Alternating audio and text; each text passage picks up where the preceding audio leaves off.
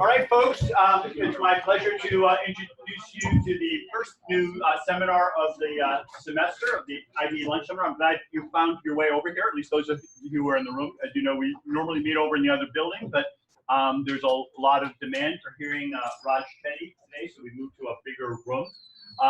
Most of you, I think, know Raj, so I'll be very brief. He is an economist up at Harvard. Cowen called him the most influential economist in the world today. I don't think that's necessarily an exaggeration. He has a long list of accolades, like the John Bates Clark Medal as the best economist under age 40, MacArthur Genius Award, and a lot of other work. But you're not here to listen to me talk about his accomplishments. Instead, let's hear about Raj talking about improving equality of opportunity in America. Welcome, Raj. Okay. So thanks for having me. Great to see some familiar faces in the audience and other new faces. So I'm going to talk about equality of opportunity and issues of inequality and social mobility in America. And I'm going to start with this simple chart here, which is one way that people have canonically thought about the American dream in the United States, that America is a country where through hard work, anyone should have the chance of moving up in the income distribution relative to their parents. I think that's what draws a lot of people to the United States. And so in this first chart here with some co-authors in a paper we wrote a couple of years ago, we just set about to assess the extent to which America actually lives up to that ideal. By computing a very simple statistic, what fraction of kids go on to earn more than their parents did in real terms, measuring both kids and parents' incomes in their mid-30s and adjusting for inflation using the standard consumer price index. And we're looking at that measure by the year in which the child was born, starting on the far left with kids born in the 1940s, going all the way to kids born in the 1980s who are turning 30 today, entering the labor market today. And what you can see here is that for kids born in the middle of the last century, it was almost a virtual guarantee that you were going to achieve the American dream of moving up. 92% of kids born in 1940 went on to earn more than their parents did. If you look at what has happened over time, you see a dramatic fading of the American dream, such that for kids born in the 80s, turning 30 today, now essentially a 50-50 shot as to whether you are going to do better than your parents in real terms. Now, there are a bunch of technical issues behind constructing this chart that I'm not going to get into here. You know, one of the key challenges here is you don't have panel data linking kids to parents going all the way back 60, 70 years. So that makes computing the statistic particularly complicated. So what this paper is focused on is how, using cross-sectional data, you can actually construct a statistic like this under certain assumptions. But our sense, you know, whether the exact magnitude of the drop is this much or something else, there's been a tremendous change in the American economy in terms of kids' chance of doing better than their parents. Yeah, exactly. So then the question becomes, what is driving this trend, and what might we be able to do about changing this trend if we wanted to going forward, which is exactly what this talk is going to focus on. I'm going to start first at a macroeconomic level, as your question suggests, by thinking about two different forces that I think could account for this trend. So the first, I think, obvious thing you think of is the decline in growth rates. We've had lower growth rates over the past 30, 35 years, about 1% lower real GDP growth relative to the middle of the last century. And naturally, if the pie, the total economic pie is growing more slowly, you would perhaps expect to see fewer kids earning more than their parents did, right? A second important potential mechanism is changes in inequality. So if you have even the same growth rate, but the growth that's occurring is going, and to take an extreme example, so let's say it's all going to the richest person in the economy, then this statistic, what fraction of kids earn more than their parents, might change substantially, right? So in particular, we all know that in recent years, much of the growth has accrued to the very highest income earners in the economy. And so in that situation, you're going to have a decline in rates of absolute income mobility, because there are going to be fewer kids who end up doing better than their parents, because the vast majority of the GDP growth is now going to a much smaller share of people. So what we do in this paper is decompose how much of the decline that we're seeing here is due to those two factors. Mechanically, they have to add up to explain the entire decline, the way you do the decomposition. What about a third factor? I mean, what age do you compare? Like, if people spend more time in college and grad school and not earning money, So that's a good question. I would think of that as, that would generate a slightly different series if we measure incomes at age 40 instead of 30 for both parents and kids. Is this age 30? This is age 30. We have replicated the series measuring at age 40.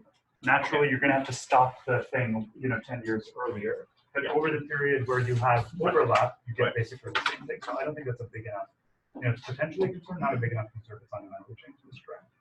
So let me just, so what do we get from that analysis? Basically, what you find is 2/3 of the decline can be attributed to changes in inequality. 1/3 can be attributed to changes in growth rates. So the way we reach that conclusion is imagine a counterfactual exercise where growth rates are maintained at what they were back between 1940 and 1970, so the 1% higher growth rates, but we divide the pie the way we're dividing it today, then we would end up with a rate of absolute mobility of something like 62, 63%. So we would close 1/3 of the gap. If I did the converse thing, if I have today's growth rates, but I divide the growth the way we were dividing it back in the 50s and 60s, then I would close 2/3 of the gap. Okay, so a big piece of this does seem to be the stagnation of wages, basically below the median of the income distribution. The fact that many people in America, Bart and I were just talking about this before the start of the seminar, they're not benefiting from the broader growth that we're seeing. Can it be also story related to migration, the adaptation of new people to the American economy, and there were fundamental shifts over the years? So potentially, so what we're doing here is everything is related. Here we're just focusing on natives, so kids born in the US and kids who grew up in the US. You'll see throughout the talk I'm going to do that because we want to compare kids to their parents, and we're only going to be able to see their parents' incomes if they grew up in the US. There's obviously a whole other aspect of the American dream that relates to immigrants that I think is very important. What such a series would look like for immigrants and how compositional effects would affect this and so on, I don't think we quite know yet, but I think we can understand the issue. This is a great chart, and I'm wary of keeping you from all the other charts you really have, but people like Bob Gordon and others have pointed out that the anomaly was maybe in the mid-century, not more recently. They had unusually high productivity growth. Also, as Piketty and others have said, there was a compression. So if you were to do this on a longer time scale or other countries, is the part of the chart that's unusual, 1940 to 60 or 1960 to 80? Yeah. So there's some work that a series of folks are doing extending this further back in time. All of this is limited by data availability, right? So as best you can, extending this further back in time, looking at other countries. So you're right that this is kind of a high point, partly because of the cohorts you're looking at. You're coming out of the war and so forth, depression. But Jonathan Berman has an exercise where he tries to extend this as best he can, going back to 1910, 1920, and you're still at rates of like 80%. It's not up at 90, so it's got a little bit of a slope up, and then it really dramatically declines. And the steepest decline by far is in the United States relative to other developed countries. And in particular, in the US, most of the decline is attributable to changes in inequality, whereas the declines that you see to some extent in Scandinavian countries elsewhere, which are smaller, they're largely due to the slowdown in growth. So there is something, I think, somewhat distinctive going on in the US in the recent past. Okay, so I want to use that as a backdrop to try to understand, what is changing in the American economy. That motivates a lot of our group's focus on thinking about what we can do going forward. And as I said, I think a lot of this has to do with changes in real wage growth in the lower end of the income distribution. I want to show one other macroeconomic fact before digging in at a much finer level, as you will see, to try to get a sense of what's going on. And that's this chart here, which I think sheds some light, and I thought might be of interest to those in this audience, thinking about how things are changing over time as we have technological progress, the digital economy, and so forth. How is that affecting this type of thing, quality of opportunity, the ability to rise up? And an analysis that I find very useful comes from my colleagues, Claudia Golden and Larry Katz, who've written a book called The Race Between Education and Technology, which many of you may know. And here I've just pulled one chart, an updated version from their book, where they're just plotting a very simple statistic, the average years of schooling that people have completed by age 30, again, by birth cohort. And you see, I think, a striking pattern, which is we've had fairly linear increase up to something like the 1950 birth cohort. And then from that point, there was a sharp change in trend. And we've had significantly slower growth in terms of just years of education relative to what you would have projected if you were to just linearly extrapolate from what we saw in the past. Okay, and so Claudia and Larry in their book, and Eric and a number of others have made related points. As a result of this, they argue that in the past, education was kind of keeping up with technological progress, and so we saw sustained wage gains across the distribution. More recently, educational progress has stalled, while obviously technological progress has continued, and that they argue is one key driver, perhaps not the only driver, but one key driver of why we're seeing stagnation of wages in much of the income distribution, and as a result, a decline in the fraction of kids who are doing better than their parents.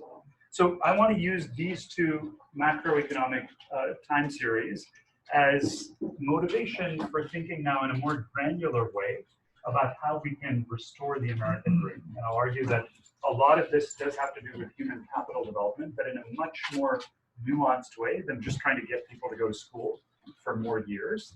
And so what I'm going to do in particular in this talk is just give you an overview of a series of studies that we've done in our research group at Harvard, Opportunity Insights, which are going to center around three broad themes that I think are reflective of a lot of research in modern applied microeconomics. So we're going to use big data to study upward mobility. What does that mean in our context? So administrative data drawn from lots of different sources, tax and census records covering the entire US population, patent data along the lines of what Scott and others have worked with, and so forth. Second, rather than focusing on one specific domain, so often you will see researchers focus exclusively on education, for instance, as a potential driver of inequality and mobility. And I think education can be quite important, as I just suggested.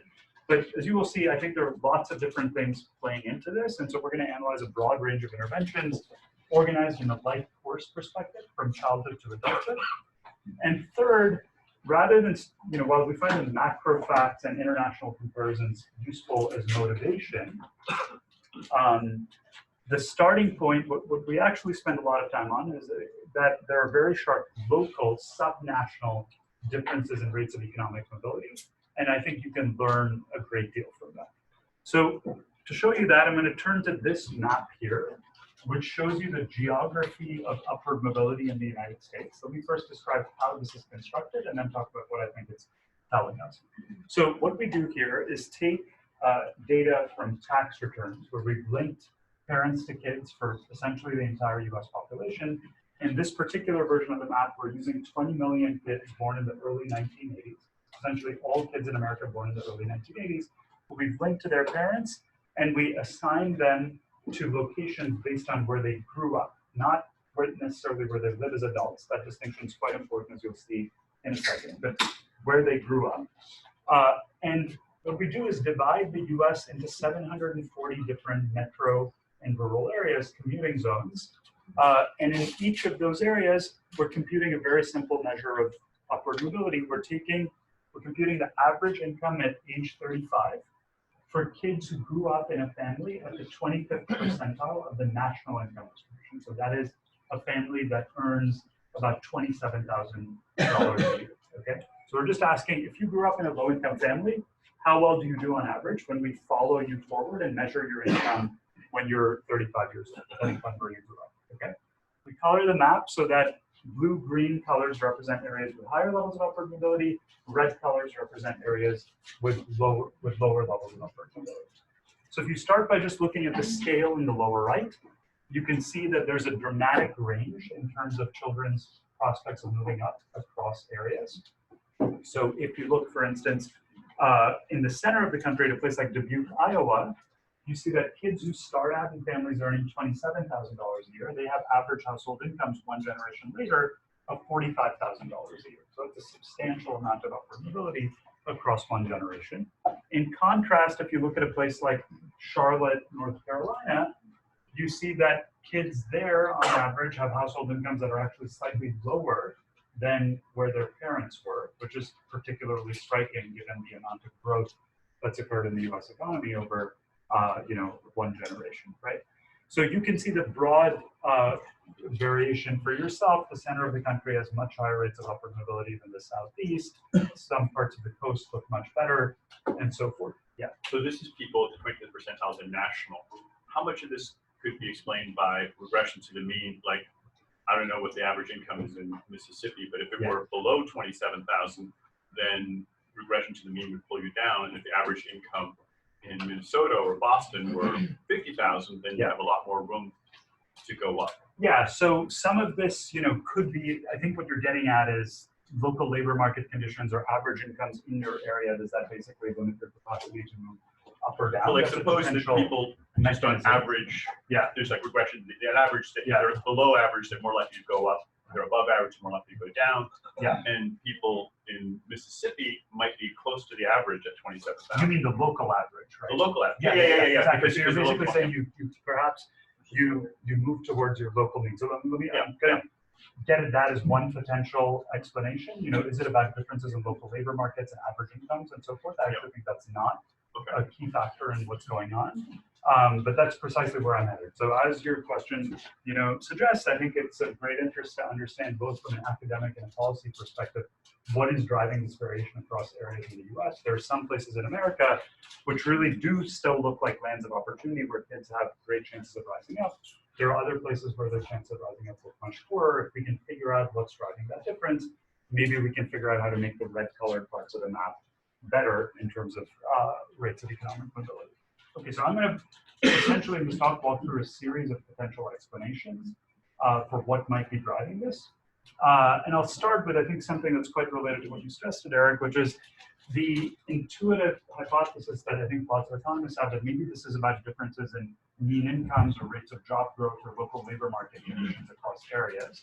And let me go back to the example of Charlotte that I highlighted before, which I think is illustrative in that context. So Charlotte, as many of you might know, is widely viewed as one of the most rapidly growing economies in the United States. It's kind of the engine of jobs in the South. So if you look at any cross-sectional statistics on average incomes, you would see Charlotte ranked at the top of the list in terms of rate of average income growth over the past 20, 30 years. Yet, as you can see here, Charlotte actually ranks 50th out of the 50 largest American cities in terms of rates of upward mobility for the low-income kids who grow up there, as you can see here, right? So how does that add up? How can you both be one of the most rapidly growing cities, yet have one of the lowest rates of upward mobility? It's because Charlotte and places that look like it effectively import talent. So lots of people move to Charlotte to get the high-paying jobs. But apparently what we can see with the longitudinal data is that the kids who grow up in Charlotte themselves and low and middle income families don't necessarily benefit from that economic growth. So let me show you that more generally. So what we're doing here is just a scatter plot of the upward mobility measures from the map that I just showed you for the 30 largest metro areas against job growth rates from 1990 to 2010, roughly the period when these kids were growing up. And so what you can see here is that you have places like Charlotte and Atlanta that look great in terms of measures of job growth or income growth. You can do this in various ways, but they look terrible in terms of rates of upward mobility for the kids growing up there. And conversely, you have other places that are in other quadrants of this diagram. There just isn't that much of an association between these two things. More generally, Eric, when we look at correlations between measures of labor market strength, measured in levels or growth rates, etc., you don't find that much of a connection. If you go back to the map that I was showing you, you can look at much of the rural Midwest, for example. You wouldn't think of like the center of Iowa as being phenomenal in terms of what average incomes would look like right there. But lots of those kids in Iowa are doing really well, and they're moving to Chicago or New York when we're measuring their incomes as adults, and they have, they seem to have pretty good prospects, even if they grew up in a family. Okay, so that's potential explanation number one. It's about differences in jobs. Various ways we've cut this, that doesn't really seem like it's like what's going on. Okay, so second potential explanation, lots of sociologists and demographers would think of this. If you are familiar with the racial demographics of the United States, you would immediately see that there's a potential connection to race here, right? So in particular, places with larger African-American populations like the Southeast, or places like Detroit or Milwaukee or Chicago, tend to be the places that are in the redder colors in the map. And so knowing that there's a long history of racial disparities in the United States, you might wonder how much of what we're seeing in this map is actually about differences across places, or rather about differences across races that's being manifested spatially because of racial segregation. racial differences spatially in the United States. So to get at that, we exploit the fact that we're able to link the population tax records to census data, where you have information on everybody's race and ethnicity. And we're able to draw this pair of maps here, which is the same set of statistics that I showed you before, but now separately for Black men on the left and white men on the right. And you'll see in a second why I'm now splitting this by gender. That turns out to be quite important. So first, when you look at these two maps, you might react by saying it looks like we put these two maps on two different color scales, like a red-yellow color scale on the left and a blue-green color scale on the right. But as you can see at the bottom, we have not. They're on the same color scale. It's just that racial disparities in America are so extreme. It's almost like they're two different countries. The distributions are basically non-overlapping, right? So the very best places in terms of upward mobility for Black men have worse outcomes than essentially the worst places in America for white men, a place like Charlotte. So that is to say, undoubtedly, race remains incredibly important in the United States, even conditional on class, right? That being said, if you look among white Americans, you still see that there's quite a bit of variation across places, and you're going to see this in further detail as I zoom into finer geographic levels. Our sense is that place matters quite a bit, even conditional on race, but undoubtedly race matters independently. So I just showed you these two maps for men, and I want to show you the same exact comparison for women. And so here you see a very different picture, right? So if you look at Black women versus white women, notice that the set of colors you're seeing on the two maps is now much more similar. And so a really systematic pattern we find in the data is that Black-white disparities in mobility are heavily driven by differences in outcomes across men.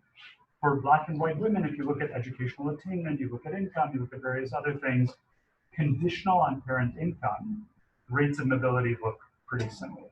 So I think there's an important race by gender intersectionality here that's very important in understanding what might be going on. You might naturally think of issues like criminal justice. We see a huge fraction of Black men growing up in low-income families being incarcerated and so forth, distinct from what you see for women. Now, in most of this talk, I'm going to focus on upward mobility because I think that's what a lot of people are interested in. How do you help people from low-income families do better? Yeah, please.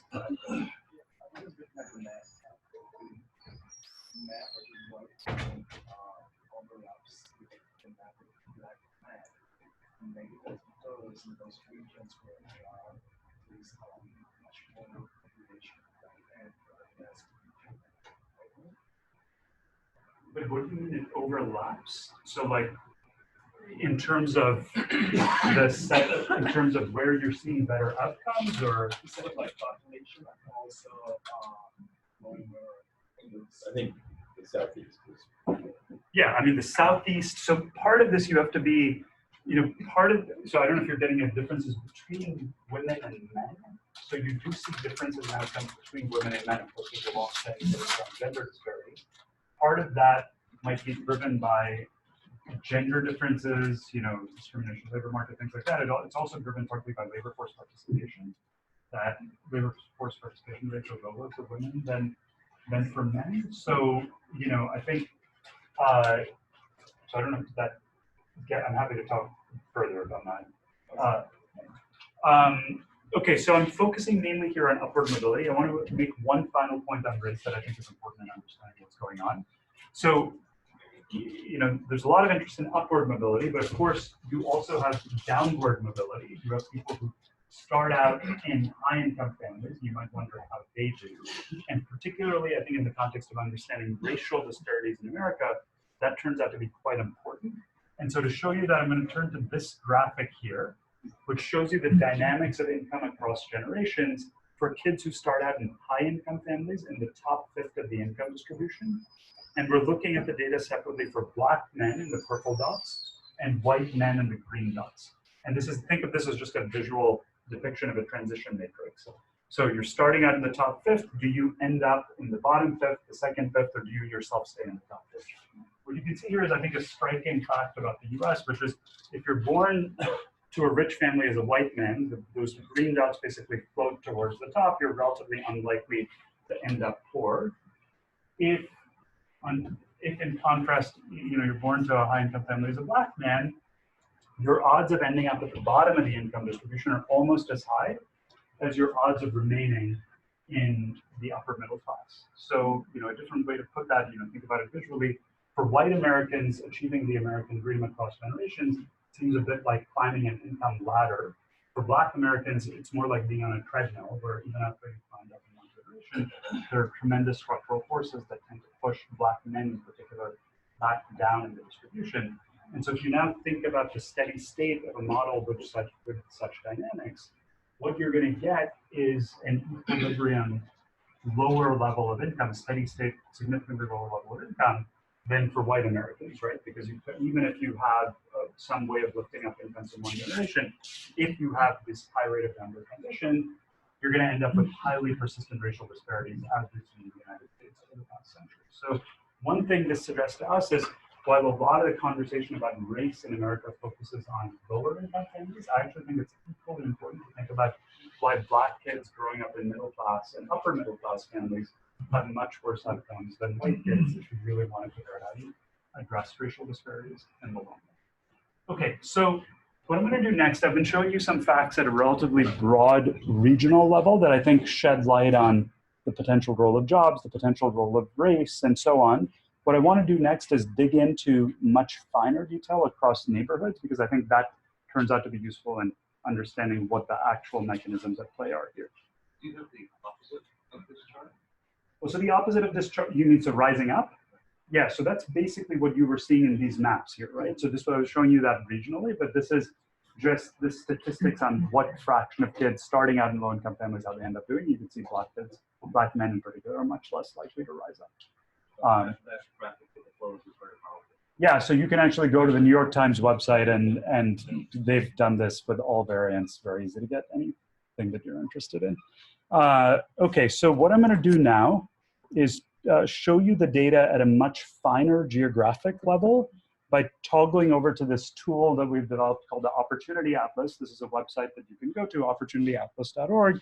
And the way this works is very much like a Google map. You can enter any address you want, starting out with the national view, the same statistics that I was talking about before.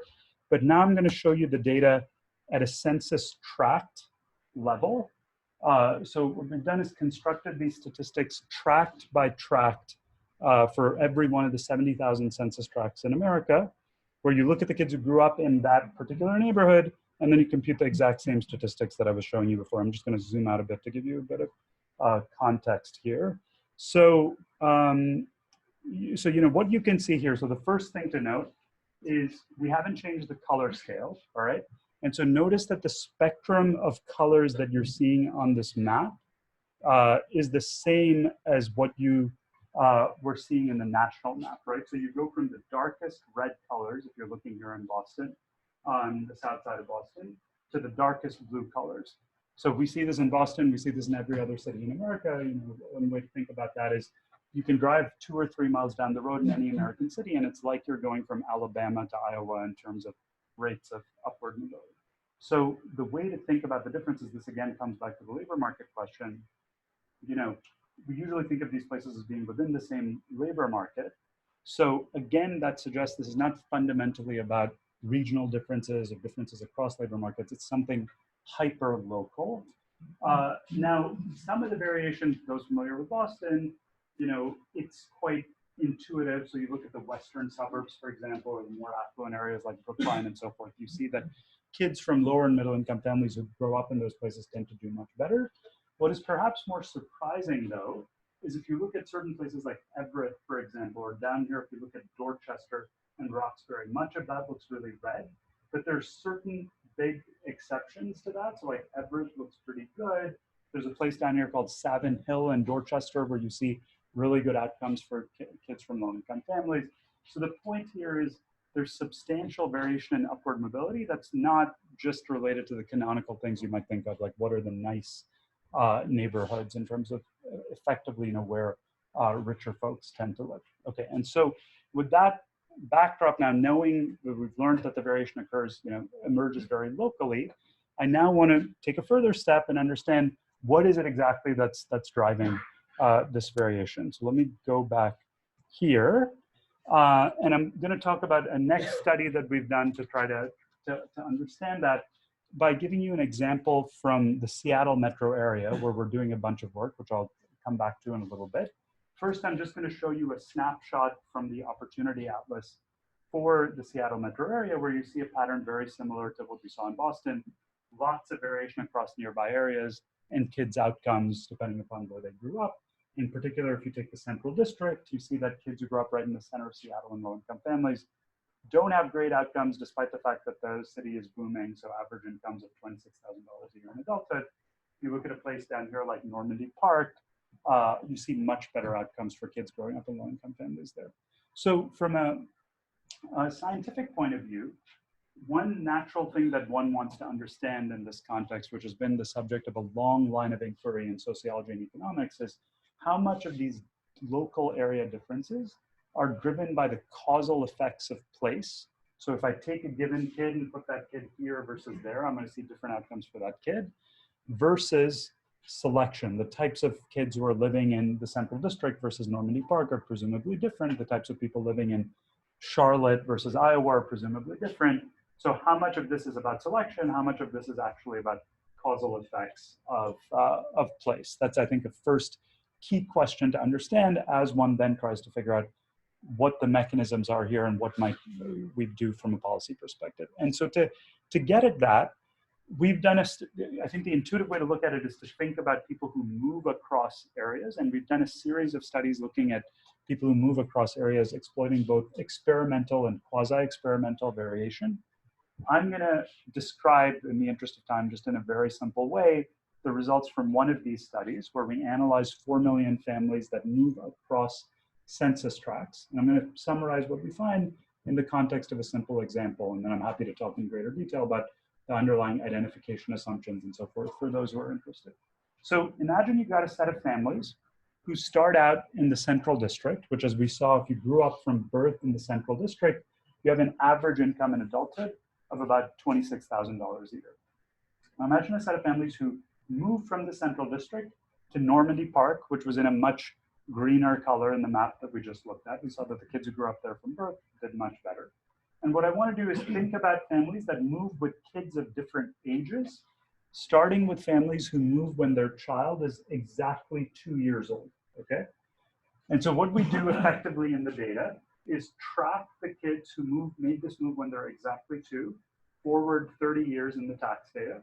We measured their incomes in adulthood, and we see that their average earnings are $39,000 a year. Okay, so that's for the kids who move when they're exactly 2. Now let's repeat that analysis for kids who make that same exact move when they're 3, 4, 5, and so on. And what you see is a very clear declining pattern. The later you make that move from the Central District to Normandy Park, or more generally from a red-colored part of the map to a blue-colored part of the map, the less of a gain you get. And if you move after you're in your early 20s, the relationship is completely flat and there's no further gain at all. So what do you see from this chart? First, under the key identification assumption here is basically that selection patterns don't vary with the age of the child when a family is making a given move. So the families that are moving when the kids are young have to be comparable to the families who are moving when their kids are older, okay? Under that assumption, what this analysis suggests and other experimental evidence we have and so forth basically indicates is it's not fundamentally about different types of families living in different places. Apparently, if you take a given kid and move that kid from a red-colored neighborhood to a blue-colored neighborhood, you see really significant changes in that child's life outcomes. Yeah.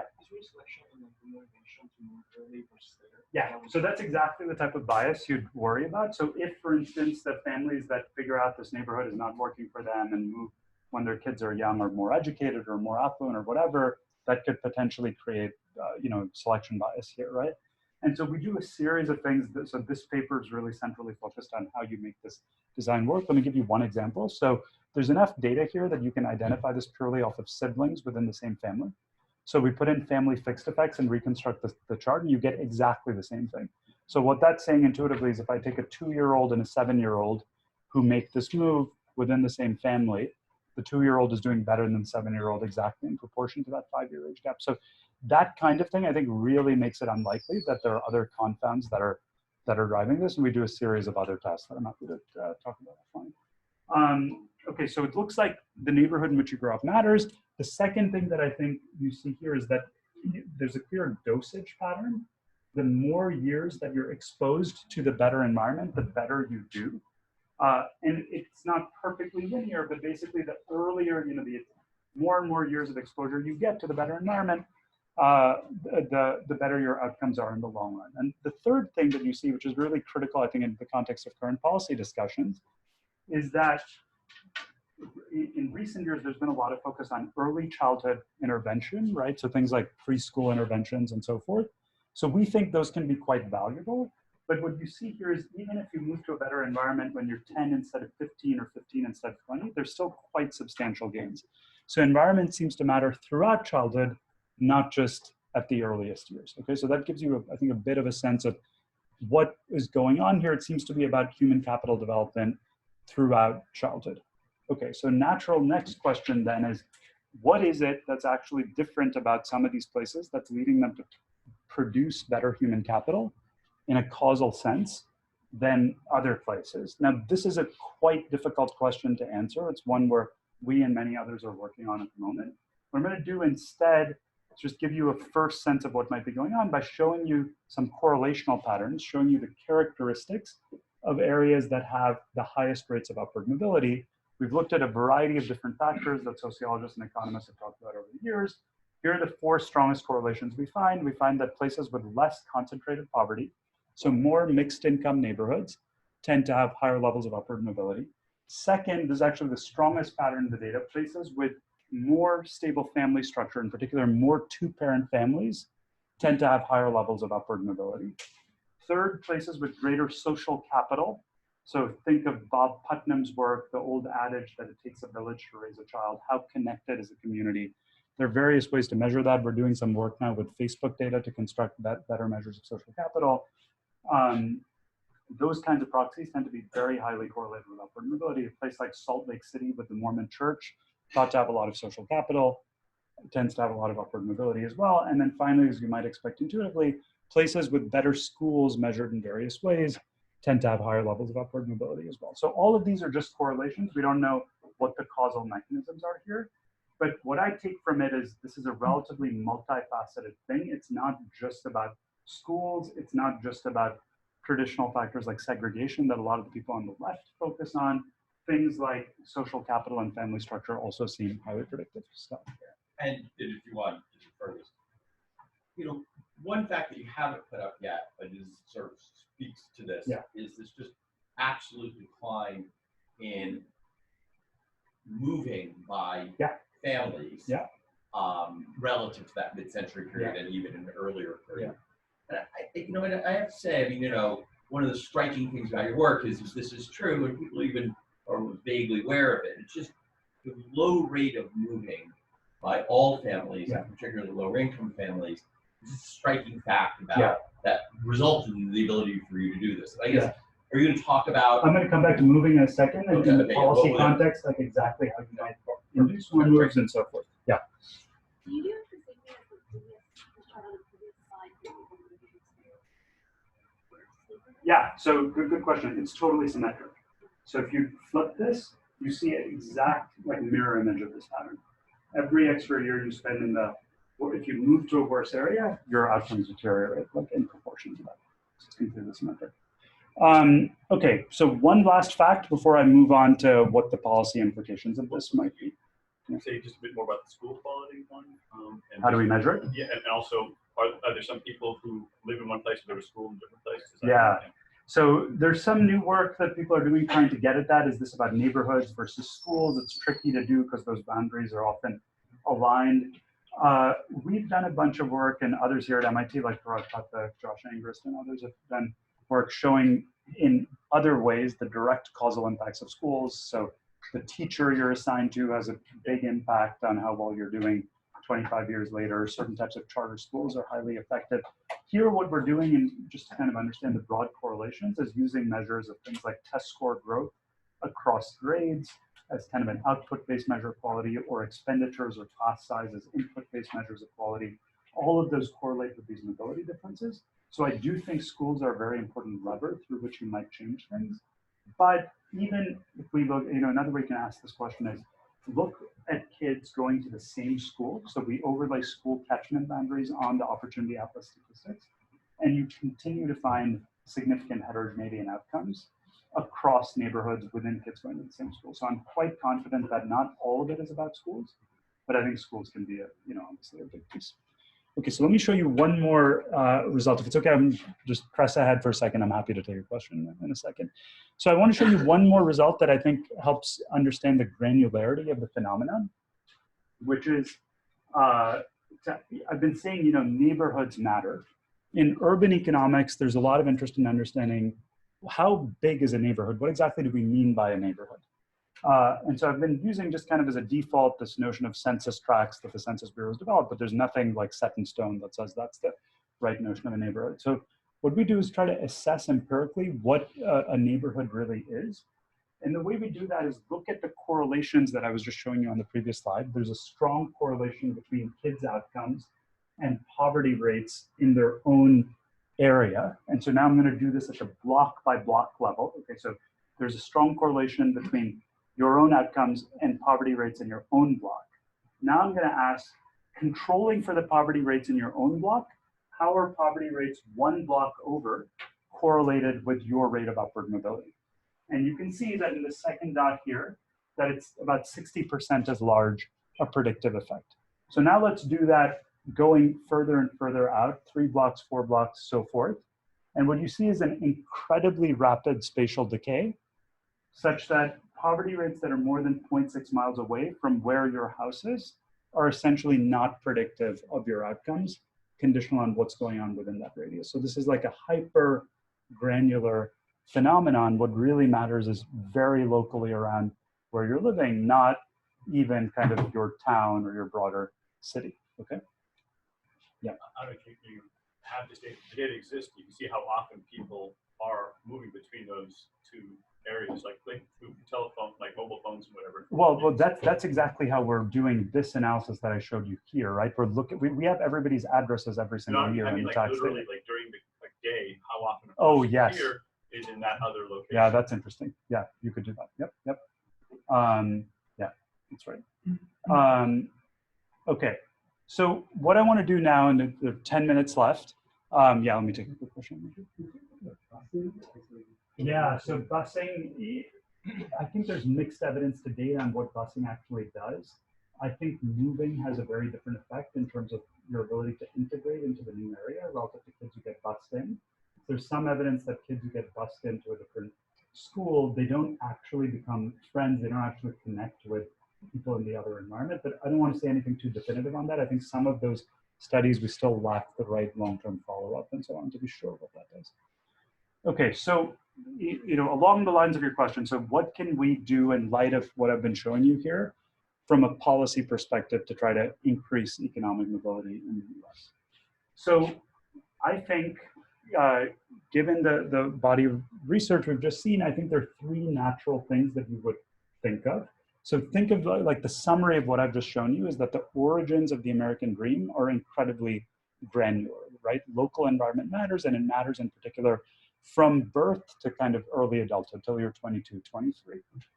And so what that leads to, I think, is 3 ways to think about tackling the problem. One, which Scott anticipated, is basically a moving to opportunity approach. So there are a bunch of people living in neighborhoods that we think don't give their kids great chances of rising up.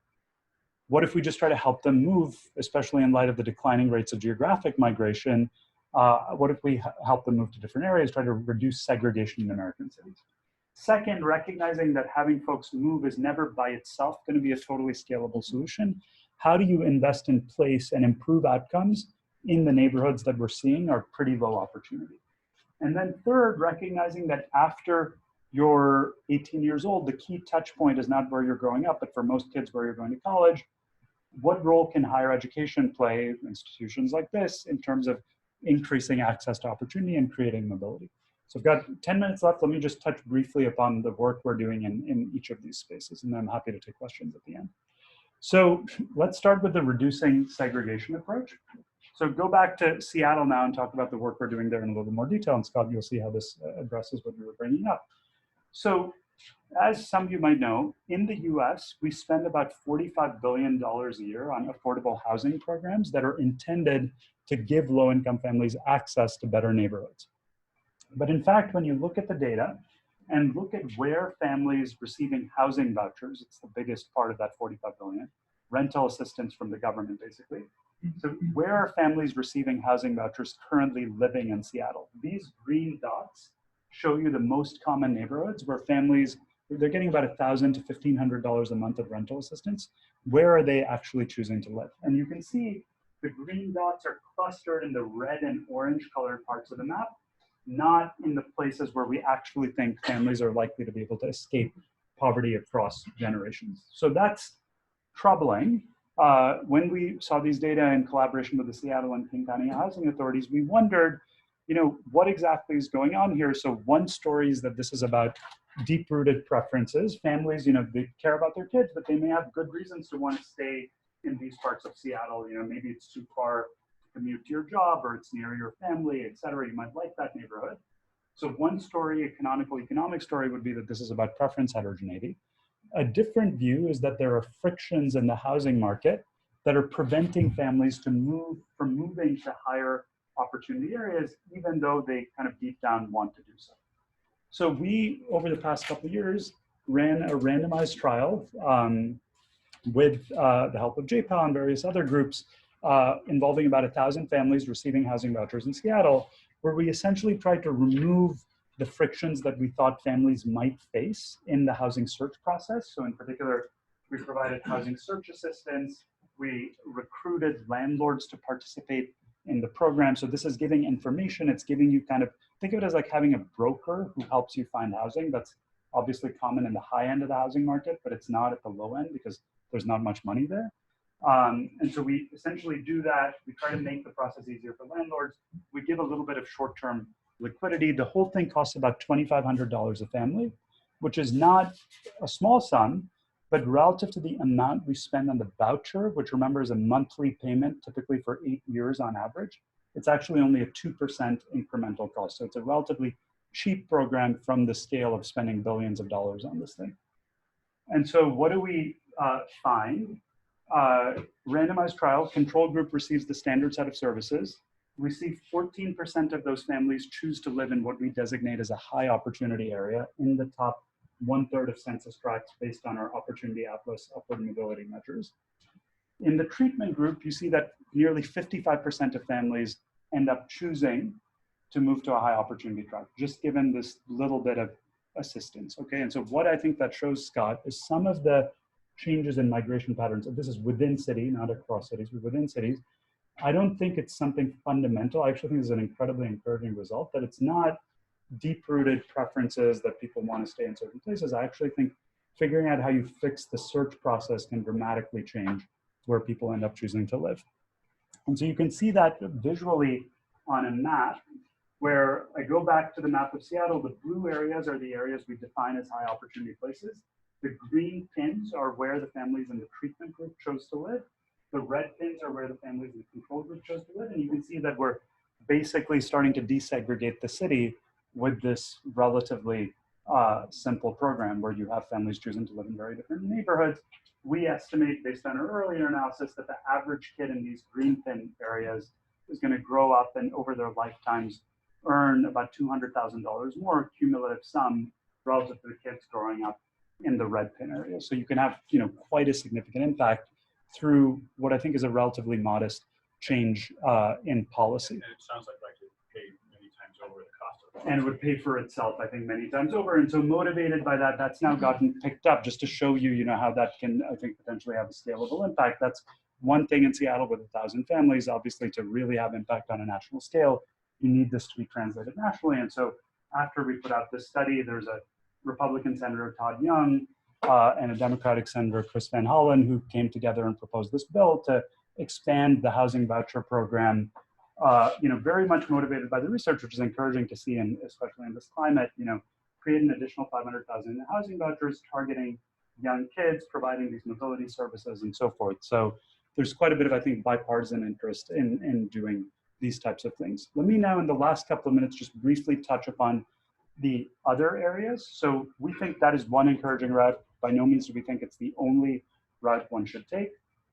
So second, how do you increase upward mobility in the low opportunity areas? So here, to be blunt, I don't think we know the answer yet. There is a lot of place-based policy in the United States that mostly focuses on adults in the labor market. So you might have heard of things like opportunity zones or empowerment zones, basically tax credits for businesses to locate in certain areas. Our results, everything I've been showing you, suggest that's probably not the key thing. I think instead of place-based focus on human capital development during childhood is what you really need. Now, what does that look like? Is it mentoring programs, changes in schools, training of various types? We don't know for sure. What I'll say here is that we're currently studying these issues by basically creating a historical data set that goes back 70 years. We're constructing a longitudinal panel covering all Americans over the past 70 years by digitizing old data from tapes and so forth. And we're working on a series of studies where we're trying to distinguish the causal effects of these policies from dynamic sorting, where you basically see a place gentrifying, it starts to look a lot better. But have you actually helped the people who were living there to begin with the panel data, we'll be able to get at that. And then we're also doing some other statistical work, which turns out to be important. You need shorter term proxies to be able to detect these effects quickly. If you have to wait 30 years to see kids' outcomes, that really constrains things. And so we're doing a bunch of stuff on that I hope we'll be able to talk about in the near future. One last piece that I think might be of interest here. So after age 18, think about higher education. In other work that we've done, we've constructed similar statistics on mobility that I've been showing you by neighborhood for every college in America. So you can look up online for every college in America, what do the outcomes of kids who went to that college look like? And importantly, what fraction of kids actually come from low-income families at each of these colleges? And so what this chart is showing you is a measure of upward mobility for every college. What fraction of kids who start out in a family in the bottom 20% end up reaching the top 20%? And then on the x-axis, what fraction of kids come from families in the bottom 20%? So it's the product of these two things that's going to matter for a college's contribution to economic mobility, right? So in particular, if you look at places like MIT and Harvard, they look terrific in terms of outcomes for kids from low-income families, but mechanically, they can't be contributing a whole lot to economic mobility because there are hardly any low-income kids at places like Harvard and MIT. And so in particular, so some of these are very small, like aeronautics schools and things like that. So I think the interesting ones are things like the City University of New York, educates a massive number of kids, doesn't have outcomes in the Harvard MIT range, but the product of these two things, large level of access, pretty good outcomes, means CUNY is serving as an escalator from the bottom to the top for an enormous number of children in a way that some of these other colleges are not. And so part of what we're trying to do is basically figure out what can you do at these places to move those dots to the right, and what can you do to improve outcomes from these community colleges here where they're not really serving kids so well. So let me end. I'm going to skip this bit. I'll just note that all of the data that I've been showing you here, there's a lot of downstream work that I think can be done by using the tract level statistics, the college level statistics, and so forth to understand what the mechanisms are. All of it's publicly available online on this Opportunity Insights website. Perhaps that'll be useful to some of you. And let me just end by saying thank you. I hope this has been helpful and look forward to talking more. Thank you very much. So we have to wrap up. We have to go teach a class at Harvard. So I'm afraid we're all done here. No more time. But I just want to remind you all that we have another session next week. We're going to be back over at E62 in 550. Neil Thompson will be presenting. So thanks again, Raj. Great. Thank you.